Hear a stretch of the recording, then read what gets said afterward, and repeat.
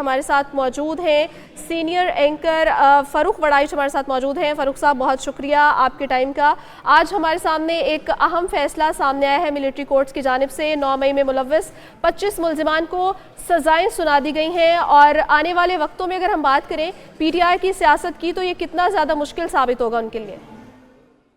جی بالکل، یہ بہت ہی امپورٹنٹ ڈیولپمنٹ ہے، اور اس میں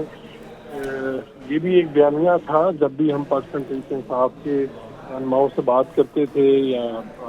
ٹی وی پروگرامز میں بھی جب ان کو مدعو کیا جاتا ہے تو وہ ایک ہی بات کرتے تھے کہ اگر 9 مئی کا واقعہ سچ ہے، اگر 9 مئی کوئی سازش نہیں ہے تو پھر لوگوں کو سزائیں کیوں نہیں مل رہی، لوگوں کے فیصلے کیوں نہیں ہو پا رہے۔ اور یہ ابھی بھی میں سمجھتا ہوں کہ اگر تو 9 مئی کے اوپر ریاست جس طرح سے کھڑی ہے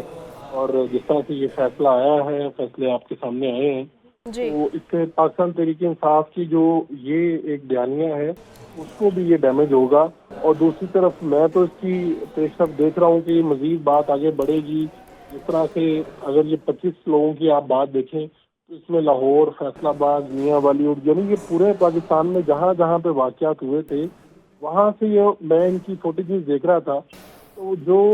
آپ کہہ سکتے ہیں کہ سب سے آگے لیڈ کرنے والوں میں جو لوگ شامل تھے یا جو باقاعدہ خود ترتیبات کو نقصان پہنچا رہے تھے، کہیں پہ شہداء کے پتلے گرا رہے تھے، کہیں پہ گیٹ کو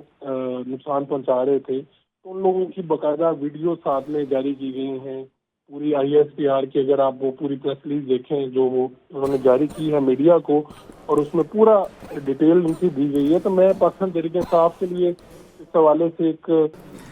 سیاسی تبصرہ کرتے ہوئے فکر مند بھی ہوں کہ اگر 25 لوگوں کی اس طرح سے سزائیں آئی ہیں تو ابھی بہت بڑی تعداد ہے، شاید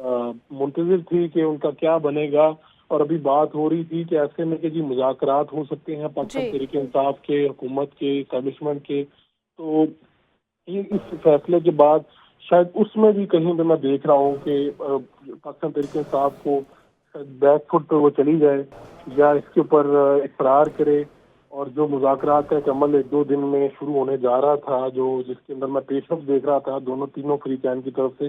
شاید اس میں بھی کوئی ڈیلے میں دیکھ رہا ہوں اب اس فیصلے کے بعد۔ بہرحال 9 مئی ایک حقیقت ہے اور ریاست ہے، اگر دوسری دنیا کے ممالک میں ہم دیکھتے ہیں جب لوگ آگے بڑھتے ہیں، ترتیبات پر حملے کرتے ہیں، فسادات کرتے ہیں، تو اس کا نتیجہ نکلتا ہے ریاست فوری طور پہ